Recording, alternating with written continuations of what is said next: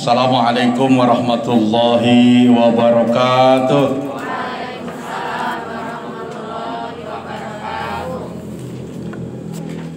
Alhamdulillah nahmaduhu wa nasta'inuhu wa nastaghfiruh wa na'udzu billahi min syururi anfusina wa min sayyiati a'malina.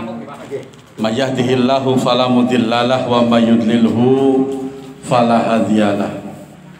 Qala Allah Ta'ala fi kitabihil karim, a'udzu billahi minasyaitonir rajim. Bismillahirrahmanirrahim.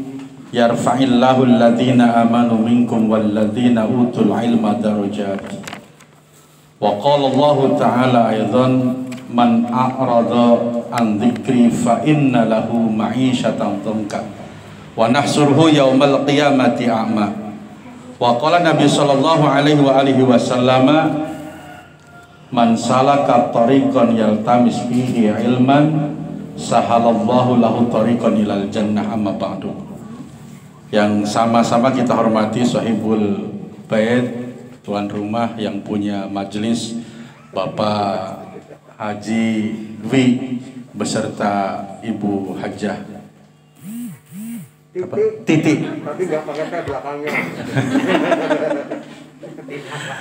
Sahabat saya, teman saya, orang yang selalu semangat, nggak pernah patah arang, Bapak Ruslan Abdul Ghani. Mudah-mudahan Allah panjangkan umurnya, tapi jangan terlalu panjang, sebab kalau terlalu panjang nanti mati nggak ada yang ngubur. Kesuwen. Bapak Ibu sekalian, bil khusus orang-orang yang diistiqomahkan oleh Allah Subhanahu wa Ta'ala, yang selalu semangat ngaji di jam-jam yang sangat rawan seperti ini.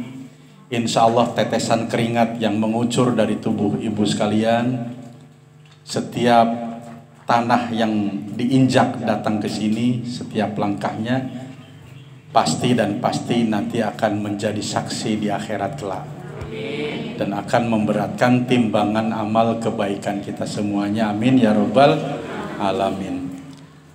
Bapak Ibu sekalian yang berbahagia, sudah agak lama kita tidak bertemu di tempat ini karena gara-gara satu pandemi yang sampai sekarang kelihatannya belum selesai. Mudah-mudahan dengan hadirnya kita pada siang ini, pengorbanan kita pada siang ini, mudah-mudahan Allah Subhanahu wa Ta'ala yang memiliki semua yang ada di langit dan di bumi ini, termasuk virus corona atau apapun namanya, sekarang berubah menjadi Delta. Mudah-mudahan semuanya dalam kendali Allah Subhanahu wa Ta'ala, dan mudah-mudahan segera dienyahkan dan dilenyapkan dari bumi tercinta ini. Amin ya rabbal alamin. Bapak Ibu sekalian yang berbahagia dan dimuliakan Allah Subhanahu wa Ta'ala,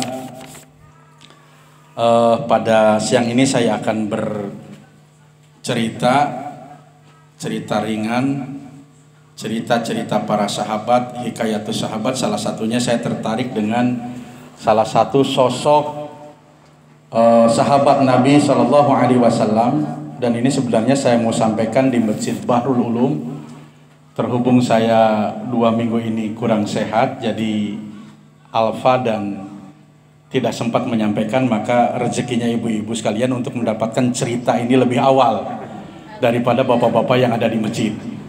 Jadi bapak-bapak di masjid nanti kebagian sisanya. Salah satu yang akan saya sampaikan pada pertemuan ini yaitu tentang kisah sahabat Nabi Shallallahu Alaihi Wasallam yang paling kaya. Saya senang cerita orang-orang kaya karena supaya ketularan kaya. Makanya saya kalau ceramah di mana-mana sejak di Kroya ini selalu cerita tentang Pak Haji Dwi di mana-mana, supaya saya ketularan kaya gitu ya. Kata Nabi, man tasabbaha biqaumin fahuwa minhum. Barang siapa menyerupai satu kaum, suka dengan kaum tersebut dan bergaul dengan kaum tersebut, maka dia nanti akan diserupakan, akan disamakan dengan kaum itu. Contoh, ada orang lagi main gaple. Saya nggak ikut gaple, tapi saya ngeliatin. Orang yang lewat mengira bahwa saya bosnya. Pak Usan main gaple juga ya gitu. Tergantung kita bergaul sama siapa. Saya nongkrong di tukang empu. Apa tukang empu ya? Kalau di kampung saya namanya empu, yang bikin pisau itu, bikin golok gitu ya. Maka saya akan kebagian asapnya.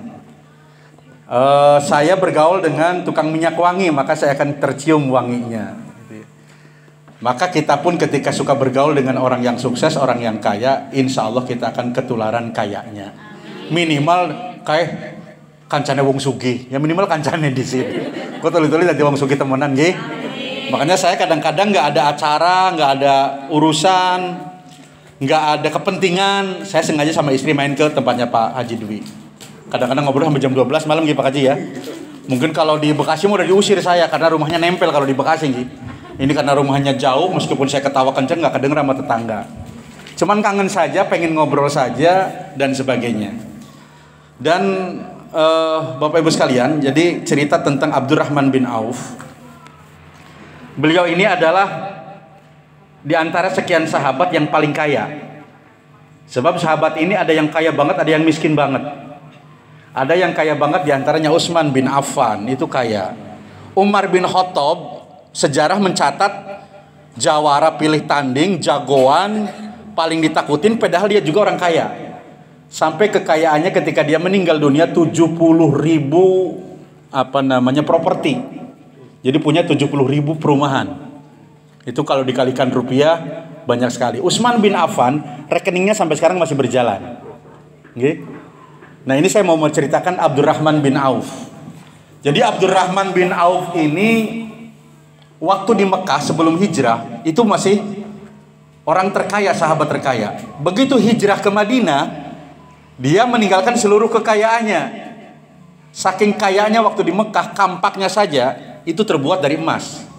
Kampaknya doang. Ya. Jadi ibu-ibu juga kalau main ke tempat saya, coba dilihat-lihat kanan kiri, barangkali pintunya terbuat dari emas, kan nggak ada yang tahu gitu. Kemarin saya baca di Subang apa di mana Pak ya, ada orang yang bikin musola, di YouTube rame nggih. Saking mungkin kayaknya itu musola seharga 14 miliar, musola loh. Karena semuanya dihiasi dengan emas. Kalau ibu pernah ke Kubah Emas di Cinere sana, pernah ke Kubah Emas Bu? Ya Allah masih temen ya. Ngesuk dijak Bu Haji, ya. Kalau sudah corona lewat, gitu. Nah, bareng-bareng kita ke Kubah Emas, tinggalannya Dian Al-Mahri, gitu.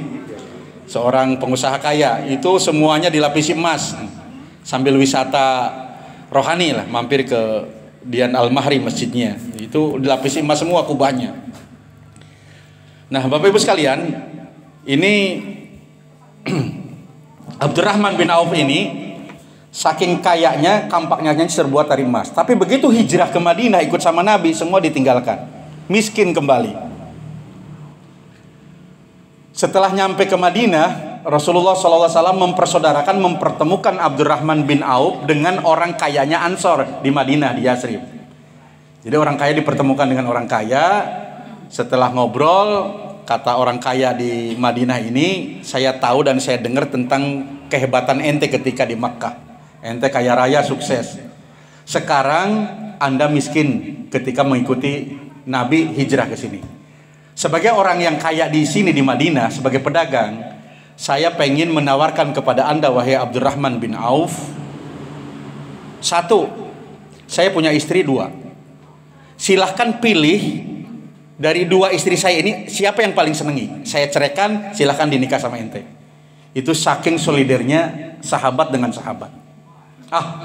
Ente ada-ada aja katanya. Jangan. Terus kalau ente pengen kaya, saya orang kaya, silahkan separuh kekayaan saya buat ente. Nggak usah. Terus gimana? Tunjukkan saja ke saya pasar di mana.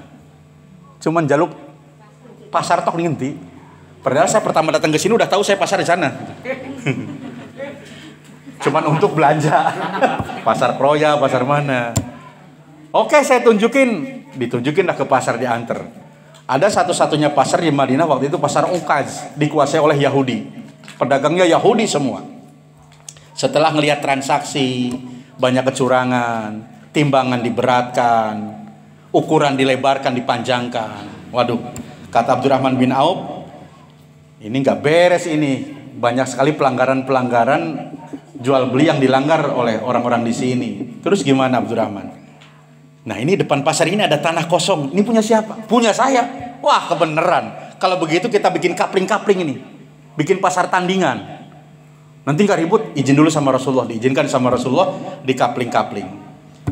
Jadi kemudian orang itu silahkan pakai kaplingan yang sudah dibikin sama Abdurrahman bin Auf sama yang punya tanah itu, dipakai, silahkan dagang di situ. Cuma nyewa saja. Itu pun nyewanya nanti kalau sudah punya untung, punya bati. Sekarang pakai aja dulu gratis. Ya seneng banget. Akhirnya rame pasar itu mengalahkan dari pasar Ukaz punya Yahudi. Di situ akhirnya Abdurrahman sama yang punya tanah bagi untung. Tambah kaya Abdurrahman bin Auf, sehingga saking kayanya itu setiap ada tawaran sedekah dari Nabi, Abdurrahman bin Auf paling depan. Sampai satu hari Abdurrahman bin Auf nyumbang 1 peti emas. 1 peti emas buat bagi-bagi orang miskin. Jadi habis dagang, habis untung, punya untung 1 peti emas. Itu nggak diambil seperak pun buat shopping, buat dapur, disedekahkan semua. Dan gilanya kompak sama bininya. Biasanya kan ada suaminya suka sedekah, istrinya enggak. Atau istrinya suka sedekah, suaminya pelit. Ini 1 paket. Setelah disedekahkan 1 peti emas, besoknya untung 2 peti emas. Allahu Akbar. Padahal yang dijual itu aja, jumlahnya sama. Akhirnya 2 peti emas disedekahkan lagi, besoknya dapat 3 peti emas. Alhasil Abdurrahman bin Auf ini semakin lama semakin kaya, semakin puyeng. Bapak Ibu belum pernah mengalami kaya banget ya? Saya kasih bocorannya ini, biar nanti ketika kaya banget, apa yang saya sampaikan ini benar ternyata. Iya, wih sugih banget mumet. Jadi jangan dikira ibu-ibu, ya, kayak Abu Rizal Bakri yang pabriknya dekat rumah Pak Haji itu dari mulai paku Pak Haji ya, dari mulai Bungur sampai ke sana ke ujung itu kanan kiri semuanya pabriknya Bakri. Itu jangan dikira nyenyak tidur, mumet harap turu. Ya Allah, kayak pabrikku sini karena kepriwe ya. Jadi minimal mikirin gitu kan. Makanya saya kasih bocoran dulu sebelum ibu, masalahnya tampang-tampang calon orang kaya kelihatan banget gitu. Ini dari cara guyu nih, pokoknya cara lenggok-lenggoknya wis persis banget wong sugih lah. Nah ibu sekalian, lama-lama mumet ngurusi hartane nambah-nambah terus. Udah gitu beliau pernah dengar bahwa Nabi pernah bersabda, ya Allah jadikan saya orang miskin dan bangkitkan nanti saya di hari kiamat bersama orang miskin. Lah kalau Nabi bisa minta dibangkitkan sama lo dengan orang miskin, lah orang kebagiannya kan sugih. Kira-kira gitulah.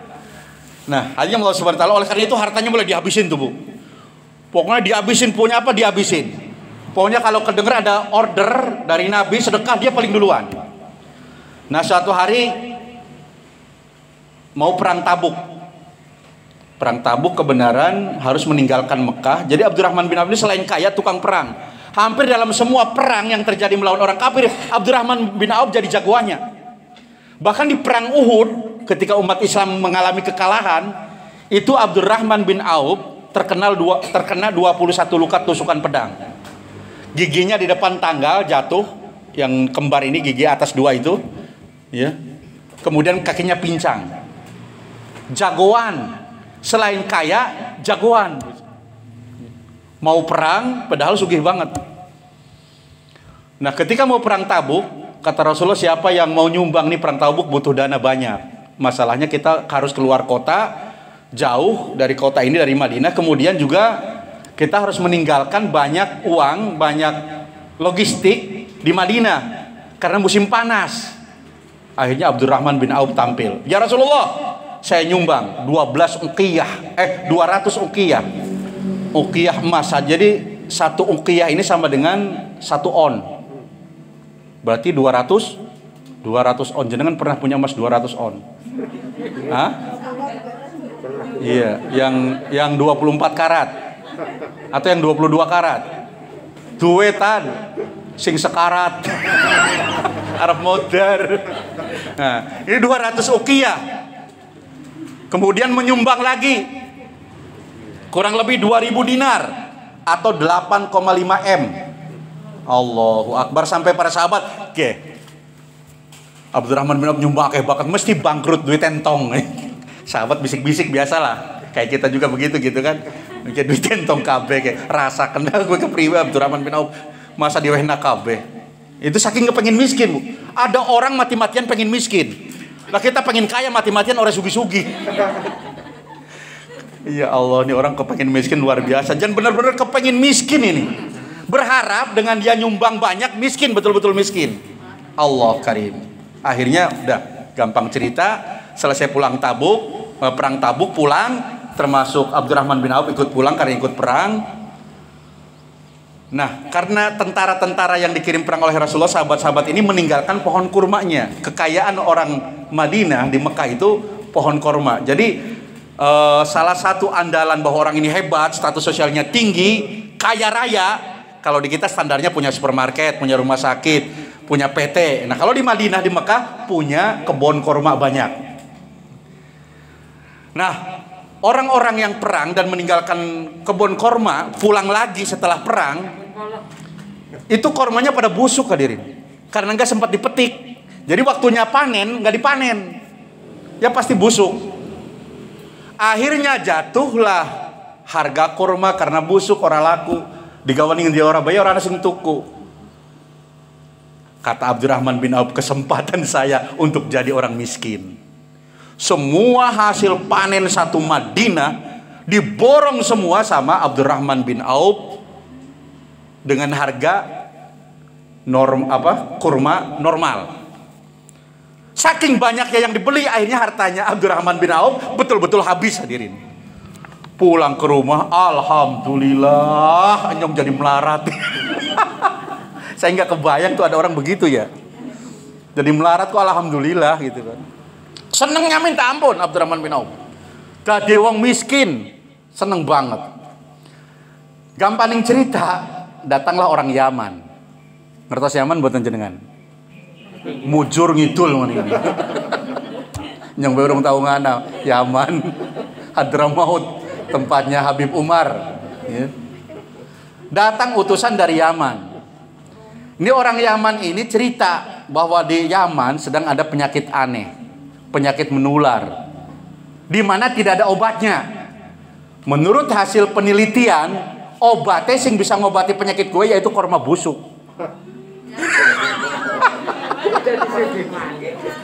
Akhirnya apa? Oh, kurma busuk sentong kabeh diborong ning Pak Haji Dwi.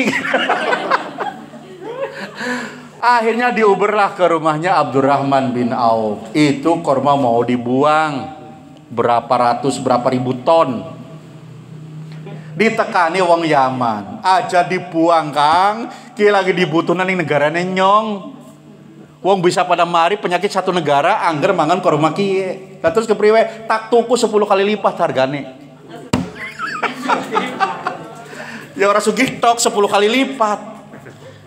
Ibu sekalian yang dimuliakan Allah Subhanahu wa taala, wong pengen melarat angele minta ampun. Nah, itulah Abdurrahman bin Auf. Nah, ketika dia meninggal dunia, dia kayak nyambat-nyambat, ya Allah, kenapa engkau matikan saya dalam keadaan kaya? Kepenak banget Hamzah. Hamzah itu pamannya Nabi. Pamannya Nabi yang mati ketika dalam perang Uhud. Karena tidak ada, sampai matinya itu nggak ada apa, lawon itu apa? Yang buat bungkus mayat apa? Mori. Sampai orang mori, orang kebagian mori. Mori ini pendek, diangkat ke atas sikile keton, ditarik ke bawah sirahnya keton. Kepenak temen, jadi Abdurrahman bin Auf mau mati, kepenak temen matinya Hamzah. Arep mati orang ninggal na harta, nyong arep mati hartaku kayak kakean bingung. Sampai warisannya itu, sampai ketika dia meninggal dunia, sejarah mencatat Abdurrahman bin Auf meninggal dalam keadaan meninggalkan 100 kuda, 1000 unta, dan 3000 ekor kambing. Kemudian dia mewariskan kebenaran istrinya 4 ya. Wariskan ke 4 istrinya, setiap istri mendapatkan 80.000 dinar per orang. Padahal itu cuma 1/8. Warisan istri kan cuma 1/8 dari total harta. Total warisan yang ditinggalkan oleh Abdurrahman bin Auf ketika meninggal dunia yaitu 2.360.000 dinar atau sebanding dengan 10.880 triliun rupiah. Bandane sapa gue. Nah, ini saya baru cerita tentang Sultan dari Madinah, belum cerita tentang Sultan dari Kroya. Nggak ada apa-apanya nih Abdurrahman bin Auf. Nah, hadirin yang Allah Subhanahu wa taala, ini versi cerita dulu. Cerita kekinian, ibu-ibu pernah mendengar Sulaiman Ar-Raji, salah satu atau pemilik atau owner daripada Salman Bank. Jadi ada bank syariah terbesar di dunia, itu dimiliki oleh beliau, sahamnya 100%. Umurnya 93 tahun ketika cerita ini dirilis, di usia yang sangat sudah tua. Ini pun orang kepengen banget melarat. Akhirnya hartanya, hasil kekayaannya dia kerja sampai di usianya 95 tahun, kurang lebih 80 triliun ya. Saya pernah dengar 1,3 triliun yang digelapkan oleh Edi Tansil dulu, digelapkan. Itu seandainya dijadikan ribuan rupiah, maka jalan dari Jakarta nyampe ke Brebes itu penuh dengan uang itu. Kata Amin Rais waktu itu pernah memperkirakan seandainya direcehkan jadi ribuan rupiah. Jadi jalan tol dari Jakarta sampai ujung Brebes, Tanjung itu penuh dengan duit itu. Itu 1,3 triliun. Ini 80 triliun. Ya. Duit itu dihabiskan, diinfakkan, setelah diwariskan kepada anak-anaknya, kemudian diinfakkan. Senangnya minta ampun begitu miskin. Sekarang pemilik bank yang kaya raya itu cuman punya baju yang dipakai di badan dan gak baju ganti di kamarnya. Nah, Bapak Ibu sekalian yang dimuliakan Allah Subhanahu wa taala, dari cerita ini saya pengen mengajak satu motivasi bahwasanya ternyata ketika harta kita belanjakan bukan berkurang. Logikanya kan berkurang ya. Ibu punya duit 100.000, disumbangkan 10.000, tinggal berapa Bu? Matematiknya tinggal 90. Padahal yang benar tinggal berapa? Kan setiap sedekah dibalas 10 kali lipat minimal. Manja bil hasanati falahu ajru amsalihah. Satu kali dilipat 10 kali. 10.000 kali 10 berapa? 100 ditambah 90 berarti 190. Kata Ustaz Yusuf Mansur kan begitu ya. Kalau sedekahnya 10.000, 10%. Nah, kalau sedekahnya 50%, punya duit 100.000 disumbangkan 50.000, dikalikan 10, berarti 500.000 ditambah 50, 550.000. Nah, ini kelakuannya sahabat-sahabat dulu seperti itu. Punya duit bagi-bagi, punya duit bagi-bagi. Makanya jenengan yang kerjanya profesinya pedagang nih, warung, pedagang, yang setiap hari dapat duit, itu kalau kepengen cepet sugih, untung hari ini berapa? Ustadz, untung ada 200.000. Aja gue belanja. Jenengan ngantuk nih kayak harap jalan, setiap ndelang wong kayaknya susah banget. Kayaknya Pak Ruslan lagi pusing melaku bikin utang kayaknya kayak. Urusannya nih. Tak pagi guys 50. Tinggal 150. Cari lagi sasaran. Sapa ketemu lagi mumet banget udah duit. Tekani maning kasih lagi 50 sampai habis. Balik rumah ketemu bojone sampean pasti tukaran. Wong gemblung apa? Ustaz kayak gue derungu kena. Nah, itu sahabat dulu itu kerjanya begitu. Jadi punya untung kayak tadi kan, dapat untung 1 peti emas. Disumbangkan semua, besoknya dapat 2 peti. Dapat 2 peti disumbangkan lagi dapat 3 peti. Ini kan susah kalau pakai otak kita. Kita ngandalnya kan pakai otak kita, nafsu kita. Tapi kalau pakai kehendak Allah, ya sangat mudah. Jadi kalau orang-orang sukses itu pasti Pak, Ibu sekalian, syarat untuk kaya raya itu bukan usaha, bukan kerja, sedekah pasti ujung-ujungnya. Makanya ini berat sedekah ini. Karena kita pakai hitungannya matematik kita. 100.000 belanja belum cukup kondisi sedekah pakai otak nggak ngomong sih ngapa. Nah, itu kan berat Bapak Ibu sekalian. Jadi semakin kita kuat semangat bersedekah, maka semakin kita sukses. Hitungannya udah jelas Bapak Ibu sekalian. Kalau nggak percaya, dites aja ilmu ini. Kita yang repot ini belum ngetes tapi orang percaya. Lah, apa iya? Apa iya tapi orang lakoni disit. Wis 10 kali sedekah orang balasan sampai komplain. Saya komplain ngesuk pengajian keberapa Pak Ustaz ceramah tak komplain yang wis pisang 10 ke sedekah. Tapi orang balasan.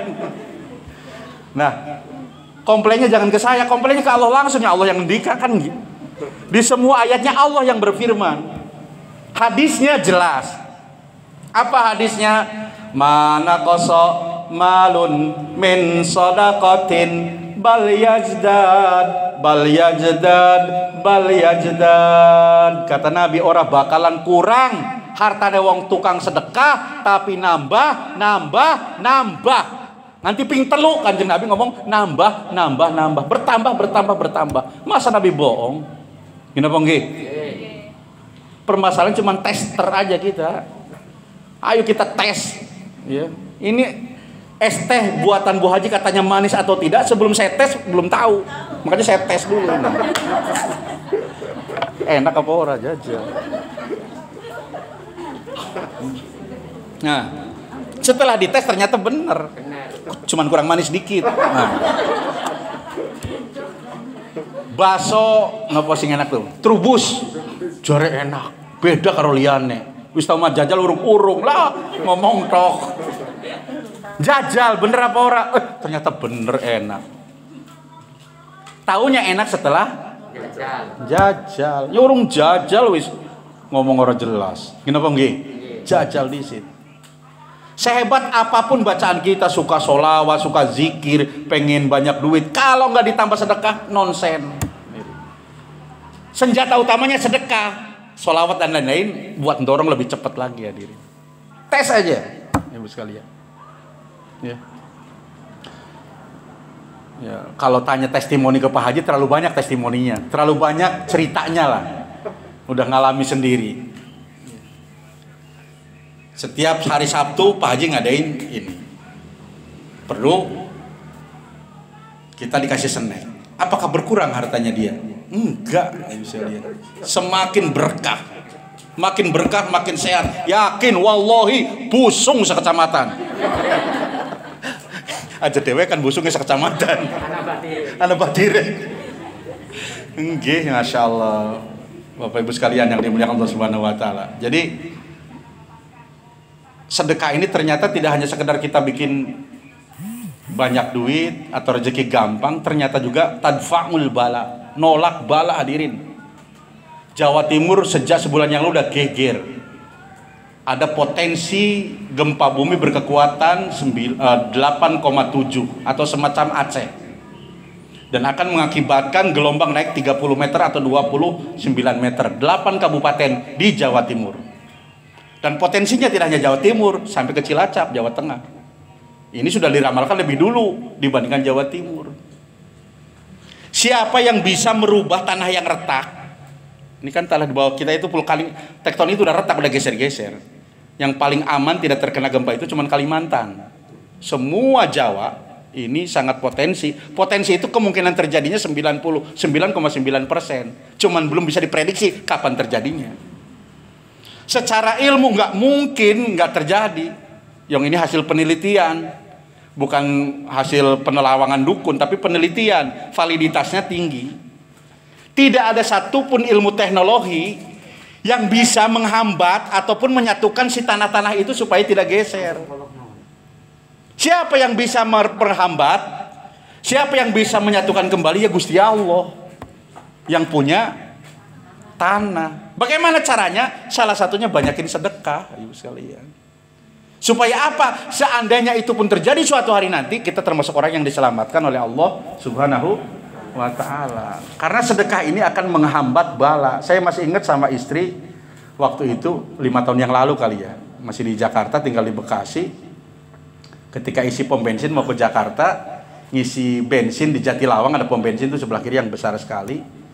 Kemudian ada anak perempuan atau siapa ngelap-ngelap mobil gitu, saya kasihan banget gitu kan. Padahal itu salah satu servis dari pom bensin itu. Tapi saya iseng pengen sedekah. 20.000 perak. Cuman 20.000 perak, saya masih ingat itu. Begitu mobil saya keluar, tiba-tiba ada truk Gandeng yang masuk melalui pintu keluar. Itu cuma sepersekian senti mau nabrak mobil saya. Akhirnya saking shocknya kami berhenti, minggir sama istri gitu, minum gitu ya. Mobil kalau ditabrak udah logikanya masuk rumah sakit lah minimal gitu kan. Kita berpikir amalan apa hari ini yang telah menyelamatkan kita, mobil kita dihindari dari ditabrak oleh truk. Oh, diinget-inget, bukan lagi ria, mungkin tadi kali ya sedekah 20.000 itu tadi yang dikasihkan ke salah satu kru yang ada di situ. Ini mohon maaf bukan lagi ria ataupun pengen dipuji, seringkali ngerasa sendiri gitu diselamatkan sama Allah gara-gara habis sedekah gitu misalnya. Jadi ternyata sedekah itu tidak hanya sekedar nambah rezeki, tapi menolak bala. Ditakdirkan kita hari Senin tanggal sekian, tabrakan, sampai masuk rumah sakit, ya alhamdulillah cuman lecet-lecet dikit doang. Kalau masuk rumah sakit kan udah jutaan, kemudian takutnya ngerepotin banyak orang dan sebagainya. Jadi ada aja jalannya Allah menyelamatkan. Meskipun kita tabrakan tapi tidak terlalu parah. Motor kita juga tidak sampai masuk bengkel yang berjuta-juta. Jadi ada aja caranya Allah menyelamatkan sedekah kita. Maka Bapak Ibu sekalian, mari kita banyakin sedekah. Bapak Ibu sekalian yang dimuliakan Allah Subhanahu wa taala, terkait ini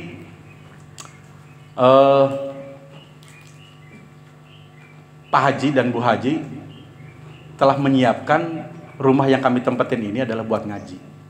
Ya, buat ngaji. Dan animo masyarakat selama ini terutama anak-anak remaja putri ya, termasuk anaknya Pak Ruslan dan Bu Zuhri luar biasa animonya dan percepatannya luar biasa.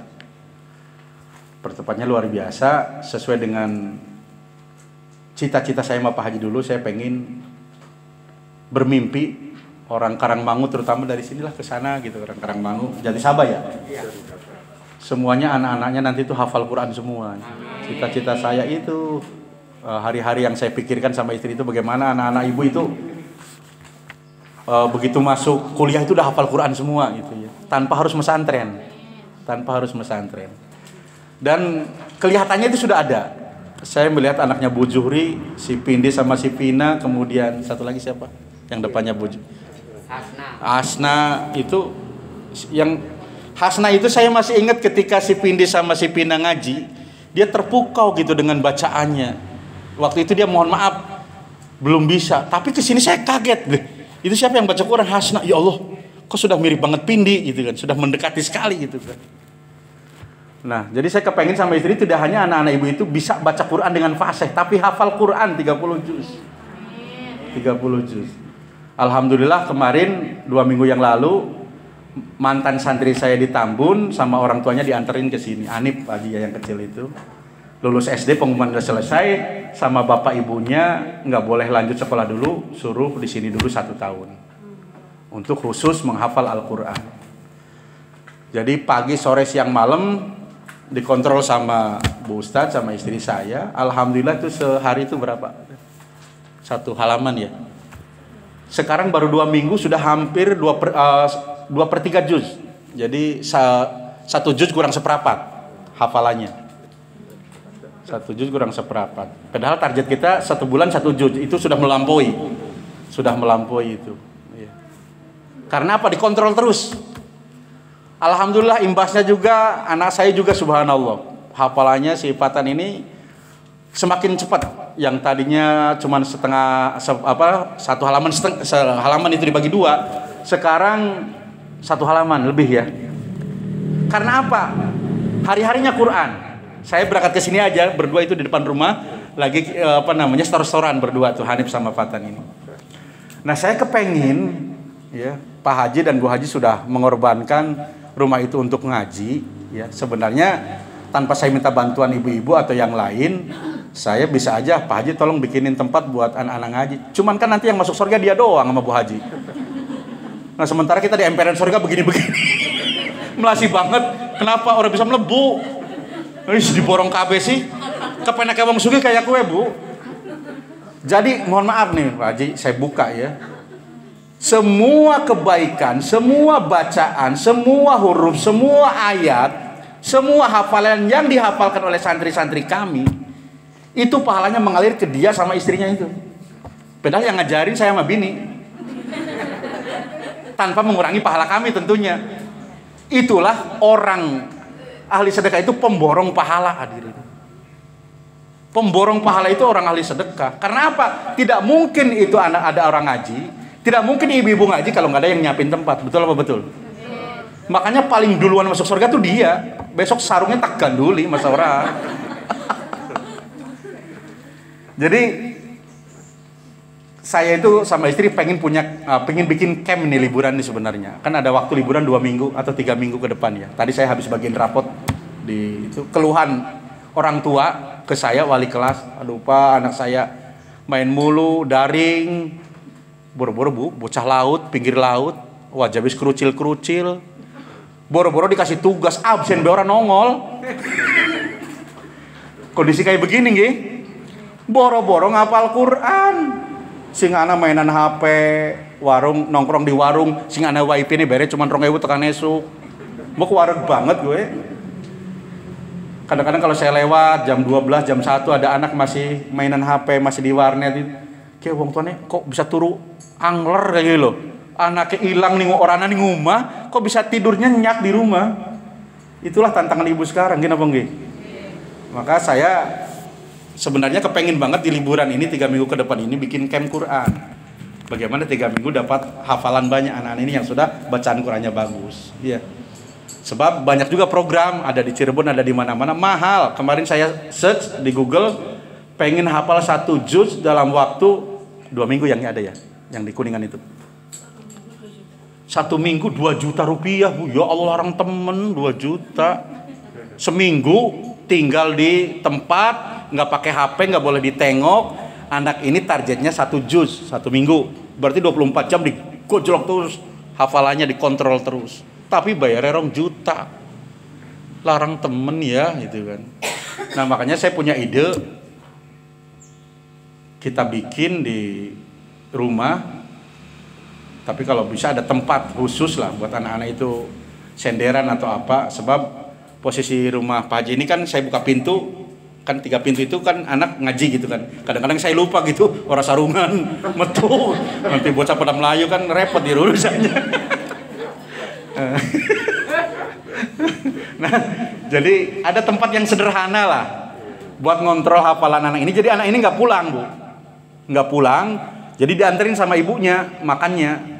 Nanti tekniknya seperti apalah, dianterin. Jadi anak ini di situ 2 minggu atau 3 minggu, 1 juz minimal itu dapat. Itu buat motivasi aja. Nah, justru saya kepengen itu permanen. Permanen dalam artian bukan hanya camp saja, selamanya. Jadi anak-anak yang sudah ngaji ini ada berapa nak? Yang udah ngaji Quran itu, anak cewek itu ada 40-an ya.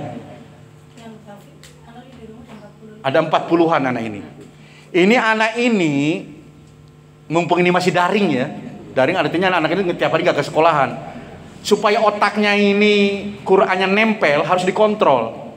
Bagaimana cara ngontrolnya? Selama ini kan ngaji cuman habis ba'da subuh, ba'da asar, ba'da maghrib. Ini cuman 3 kali. Kalah sampean ngajinya sama anak-anak itu 3 kali sehari. Ini aja udah perkembangannya sangat bagus. Bagaimana seandainya 24 jam kita kontrol? Pasti hasilnya akan seperti Hanif yang sedang ada di rumah saya. Itu bapak ibunya nggak ngasih handphone. Nggak dikasih handphone tuh anak itu, Bu. Jadi kalau mau komunikasi lewat handphone istri saya. Kemudian tega gitu loh dari Bekasi. Baru lulus SD. Ditaruh di rumah saya. Demi apa? Supaya anaknya hafalannya nambah. Targetnya 1 tahun di sini 30 juz selesai. Namanya target, kepengin kan? Sah-sah aja. Jadi saya kepengin anak-anak ibu, termasuk ibu-ibu ini ngaji kan cuma seminggu sekali, hari Sabtu. Saya belum tahu, nyuwun sewu, belum tahu ibu bisa baca Quran apa enggak. Baca Qurannya fasih apa belum. Murid yang satu ini luar biasa. Iya, ke rumah ngaji, pinter pas saya lagi waktu jam tidur. Ini luar biasa Bu Haji ini. Jadi Bu Haji aja, mohon maaf nih Bu, wong sing sibuk wisugi mlaratan kok mau-maunya ngaji tiap hari. Jenengan sing waktune akeh kok ora gelem. Sekarang istri saya menyiapkan waktu dari jam berapa? 10. Jam 9. Ini waktunya udah dihabisin buat guru TPQ, guru TK, santri yang 3 kali ngaji sehari, masih punya waktu jam 9 sampai jam 00 sampai zuhur. Bagi ibu-ibu yang kepengin ngaji Quran, ya, dari nggak kenal huruf sampai bacaannya bagus sampai ke tahfidz nanti, silakan datang ke tempat kami. Boleh Pak Haji ya? Boleh tuh. Sama yang punya dibolehkan nanti. Istri saya siapkan tenaganya. Ini suaranya baru pulih. Baru pulih setelah 2 hari suaranya hilang. Ya, suaranya dihilangkan sama Allah, suruh prek dulu supaya orang ngomel-ngomel bojone bae. Jadi diprekan dulu, sekarang suaranya udah kembali. Sudah siap kembali berjuang dan bertarung. Jadi ibu-ibu, nanti kalau sudah bacaannya bagus, semuanya kita lari ke tahfidz. Dan jangan khawatir udah nenek-nenek umur 60 tahun gak bisa menghafal Al-Quran. Ternyata banyak orang yang sudah umur 70 tahun hafal Quran di Masjidil Haram cuma dalam waktu 1 bulan Ramadan. Ada bukunya, ada kisah nyatanya. Jadi saya juga sekarang sedang bersama-sama bareng-bareng sama santri menghafal. Jadi target pertama ibu baca Quran dulu yang benar, yang bagus, makhrajnya, baru naik ke tahfidz. Ora usah pesantren, ora usah atu-atu. Insya Allah saya sama istri siap bareng-bareng bersama ibu-ibu. Siap nggih? Pokoknya jangan mati dulu kalau belum hafal Quran. Sekarang doanya, ya Allah, jangan engkau jemput nyawa saya sebelum saya hafal Quran 30 juz. Tapi setelah hafal 30 juz juga jangan langsung dicabut. Saya pengen panjang lagi umurnya. Nah ini Allah Subhanahu Wa Taala. Cuman jujur saya lagi kebingungan tempat. Ya, kebingungan tempat. Maka Bapak Ibu sekalian, Ibu sekalian, sing kepengen kayak Abdurrahman bin Auf, pengen tambah sugih, sing pedagang, sing punya butik, sing punya segala macam, Ustaz, saya siap nanti kalau dibangun keramiknya. Berapa? Secukupnya. Cukupnya cuman 2 meter yang 2 meter baik. Silakan, ini tender saya buka kepada ibu sekalian untuk membikinkan tempat yang sederhana lah, kayak macam gazebo atau apa sih namanya ya. Jadi biar anak-anak itu biar nyantai setelah selesai capek hafalan, senderan, atau bisa kipasan, ya di setting seperti apa saya nggak ngerti lah. Itu kan di sebelah kulon rumah Pak Haji itu kan masih ada tanah dikit ya. Itu bisa dibikin untuk 9 meter. Masih ada 9 meter lagi itu. Itu bisa dibikin itu. Bisa dibikin untuk semacam ya kobong sederhana lah untuk anak-anak itu ngaji, ya. Untuk anak itu ngaji, mungkin Pak Ruslan yang punya akses ke Jadi Baru atau ke siapa lah. Silahkan dibantu. Saya intinya pengen anak-anak itu, ibu-ibu itu nyaman nanti ngaji di sana, intinya itulah. Dan waktu liburan ini saya kepengen konsentrasi anak-anak ini menghafal. Targetnya insya Allah kalau anak itu konsentrasi terkontrol 24 jam, minimal 1 hari ini 1 halaman. 1 halaman gini. 1 halaman segini ya Pak? Ya. Minimal seperti itu. Karena sudah dibuktikan. Santri kami yang dari Bekasi itu, yang sudah 2 minggu di sini, itu sudah hampir 1 juz, padahal baru 2 minggu hafalannya. Tadi pagi lagi tasmi ke istri saya, subhanallah Mas Hanif, hampir nggak ada yang salah bacaannya katanya. Subhanallah. Nah Bapak Ibu sekalian, pengen ibu-ibu nanti kalau mati banyak yang doain. Ibu-ibu mati anak cucunya sudah hafal Quran. Orang ini kampung apa sebelah? Orang Sanggerahan aja sekarang sudah ada yang ngaji di rumah. Ada nggak orang tuanya yang ikut di sini? Enggak. Ada Sanggerahan berapa orang tuh ya? Ada 3. Ada 3 orang Sanggerahan, alhamdulillah sudah anaknya ngaji di rumah. Yang katanya di sana orang banyak kepercayaan atau apa, sekarang sudah mulai kita geser bisa lihat. Dan saya target saya Sanggerahan nanti, Pak Kuncen nanti ke depan yang sekarang mohon maaf ya keyakinannya beda dengan ibu-ibu. Saya kepengin mereka tidak hanya bergeser kepada syariat Islam, tapi muncul hafidh dan hafidhoh dari Sanggerahan. Minta doanya ngibung nggih. Alangkah indahnya Pak Haji, saya, Pak Ruslan ketika suatu hari nanti dihisab di hadapan Allah Subhanahu Wa Taala bisa menunjukkan hasil kerja kita selama hidup. Sanggerahan berubah akidah. Yang tadinya mohon maaf kepercayaannya tinggi, syariat Islamnya tidak dijalankan. Dengan fikir kita sekarang, Sanggerahan tidak hanya sekedar orang berangkat sholat ke masjid, tapi muncul hafidh dan hafidhoh dari sana nanti ke depan. Nah Bapak Ibu sekalian yang dimuliakan Allah Subhanahu Wa Taala, jadi mari Bapak Ibu sekalian jadi orang terdepan dalam hal kebaikan. Saya punyanya ilmu, istri saya punyanya Quran. Ini cara saya berjuangnya seperti ini. Bagi ibu-ibu sekalian yang mungkin diberikan kelebihan harta oleh Allah Subhanahu Wa Taala, yuk kita bareng mimpi besar saya sama Pak Haji ada pesantren tahfidz Quran terbesar di Cilacap, di belakang rumahnya Pak Haji. Cuman kita awali dulu dari yang kecil-kecil dulu. Apa yang bisa kita lakukan sekarang? Sementara ini kita tampung anak-anak yang sedang menghafal Al-Quran, belajar Al-Quran di rumahnya Pak Haji yang kami tempatin sekarang ini. Berangkat dari yang kecil untuk sampai kepada yang besar.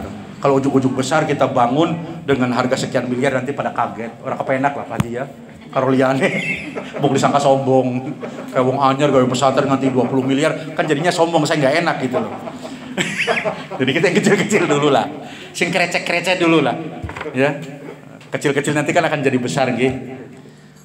Ibu bapak sekalian yang dimiliki Allah Subhanahu wa taala, maka mari tawaran bisnis akhirat ini silakan ibu sekalian minimal jadi pikiran lah. Nanti ketika dibangun seperti apa modelnya, saya kepengin sementara ini ada tempat ngaji buat anak-anak, buat ibu-ibu kan setelah masak dan sebagainya nyuyin buat suami kan masih banyak waktu. Jam 9 sudah pre, daripada nonton sinetron oroli pahala, mendingan tekan baring umah belajar ngaji ngin apa nggih. Kalau sekarang kan jiping, ngaji kuping nggih. Ada yang nyatat, ada yang dengerin. Tapi kan lupa kita lebih banyak. Takut di suaminya, pakai bener ngomong apa? Bulah kelalen ngomong apa mau ya. Nah, nanti harus ada yang ngaji rutin, ngaji Quran. Supaya apa? Suara payah nanti ketika kita mati yang keluar dari mulut kita Quran. Quran. Itu sudah pasti, adik. Makanya silakan yang punya waktu, kalau Bu Haji jadwalnya pagi ya. Sebelum orang bangun dia sudah datang. Pak Haji Bu Haji jadwalnya pagi. Tiap pagi itu nggak ada prenya tuh Bu Haji itu. Tiap hari nggak ada prenya. Saking kepengin belajar Al-Quran. Subhanallah, gurunya wis kalah sih. Kalau ngapain Pak Ustaz? Hah? Sebelum saya bangun dia udah ngapain? Sudah mah? Tuh. Gajah apa orang medeni. Luar biasa. Nah, masih silakan ibu-ibu. Boten sungkan-sungkan, ampun sungkan-sungkan monggo. Tempatnya kulo jam 9 ya, jam 9 pagi silakan. Mulai besok silakan ibu belajar Al-Quran. Jangan malu nyung isin tuh anggar ning tempat umum kayak gini. Tapi anggar rumah kan ora isin gini apa nggih. Ya, jadi biar suaminya ibu tambah bangga nanti. Ora sia-sia duwe bojo bacaane fasih. Ya Bu ya, silakan. Gak usah mikirin macam-macam. Wis pokoknya ngaji. Insya Allah kami ikhlas, biar Allah saja yang membalasnya. Allah lebih kaya, Allah lebih mampu, Allah lebih faham apa yang kami inginkan. Saya pengen cita-cita saya menjadi orang terkaya di Cilacap, mengalahkan Jadi Baru. Tapi kayak rahasia di antara kita. Jangan sampai bocor ke Jadi Baru, nggak enak nantilah. Sebab jadi orang kaya itu enak ibu sekalian. Sedekah. Buang duit kayaknya kepenak banget. Nyong ngersugih kayaknya nggak lesuk, nongkrong nih ngarepe. Raimu kayaknya susah demen gitu. Utangnya pira utangnya. Pertama tak panggil gitu. Ya Allah, tadi waktu sugih kepenak banget kenapa nggih, Bu? Siap-siap. Catat nih omongan saya, Bu ya. Tuntut nanti kalau saya udah kaya raya. Tak panggilin sampean siji-siji. Tapi jangan saya kaya duluan, kita kayaknya bareng-bareng. Nggak enak masuk surga duluan. Orangna sing liyane ora kancane. Gini apa nggih? Masuk surga kita bareng-bareng. Pak Haji sudah punya jalannya ke surga. Tinggal kita nih. Ayo kita siapkan jalan kita masuk ke surga. Ya. Yang punya kelebihan harta, sedekahin. Yang nggak punya kelebihan harta, ya sedekah pikiran, sedekah ilmu, sedekah macam-macam. Karena saya hartanya belum banyak, enggak. Kalau belum berarti kan ada kemungkinan. Gitu ya. Ya saya sedekahnya ilmu. Sampai serak-serak habis suara nggak apa-apa, saya ridho ikhlas istri saya. Ya. Saya ridho 24 jam rumah saya nggak sempat nyetel TV karena dipenuhi anak-anak ngaji. Biar itu jadi saksi nanti di akhirat. Maka ibu sekalian, sekali lagi, ayo saya punya rencana seperti itu. Tolong bantu doa minimal. Dan ibu-ibu pengen ngaji silahkan mulai besok. Anak-anaknya digerakin. Ada anak-anaknya ibu yang sudah SMP, SMA belum mau ngaji, silahkan dibawa ke rumah saya. Diajak tulan yuk. Tulan maring anak artis anyar ngene iki. Ngomongnya artis bae, Bu. Biar gelem. Iya. Nanti tugas yang ngomongin saya nanti di rumah supaya anak itu mau. Hah? Yang putra kan belum. Oh, yang putra yang belum, yang selama ini kan putri. Nanti boleh nanti putra dikumpulin di rumah saya. Pokoknya saya kepengen rumah saya itu 24 jam orang istirahat nggo ngaji bae ngono. Tak gawe omah maning ngarep. Nah, Bapak Ibu sekalian yang dimuliakan Allah Subhanahu wa taala, itu saja. Ya, ini sebenarnya bukan pengajian tapi ya semacam curhat kali ya. Curhat akhirat gitu. Karena ke siapa lagi saya? Kan curhat cukup ke Allah ya Ustaz. Iya, nyong curhat mari Gusti Allah, tapi semalam saya dapat informasi jadi kalau ngomong mari jenengan juga gitu. Kita sampaikan juga ini. Nah, Bapak Ibu sekalian, yang subhanahu wa taala, itu saja obrolan kita pada siang ini. Sekali lagi, ayo kita tambah semangat ngajinya. Selain Sabtu siang ini, nunggu ke Sabtu yang akan datang kan nunggu seminggu, kesuwen. Ibu-ibu tiap hari silakan waktunya sesempatnya antara jam 9 sampai zuhur ya. Pokoknya kalau yang selama libur. Selama libur ini 2 minggu ya kita punya liburan.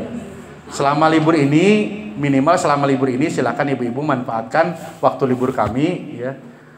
Waktu libur kemarin istri saya kerjanya nggak jauh ya, cuman buka pintu dari belakang ke sekolahan. Nanti lihat waktunya lagi, nanti di grup lah. Nanti kalau sudah kumpul di rumah kan kita bikin grup ya. Kayak sekarang kita bikin grup, Bu Haji kayaknya Sabtu besok dulu itu nggak bisa karena begini-begini, disampaikan ke ibu-ibu. Enak sekarang udah ada zaman canggih, ada HP. Bagi yang nggak punya HP ya diparanin ning rumah ning parus lagi. Nah, Bapak Ibu sekalian yang dimuliakan Allah Subhanahu wa taala, ini padahal saya lagi susah ngomong nih, lagi sakit, kepala keleyangan, lagi agak baikan hari ini, tapi nggak tahu Allah gerakan nyerocos aja nih ngomong nggak jelas gitu ya. Mudah-mudahan bermanfaat buat kita sekalian gitu. Yang ada yang mau disampaikan? Sudah cukup Ibu sekalian. Nyuwun sewu nggih. Mbok ada yang tersinggung dengan ucapan saya, ya modelnya wong Bekasi kayak kiye, ceplas-ceplos ora karuan lah. Tapi mudah-mudahan bermanfaat buat Ibu sekalian nggih. Dan mohon doanya buat saya dan istri, mudah-mudahan senantiasa sehat nggih. Biar terus bareng sama ibu-ibu belajar agama dan kita dipahamkan oleh Allah Subhanahu wa taala. Al-Fatihah.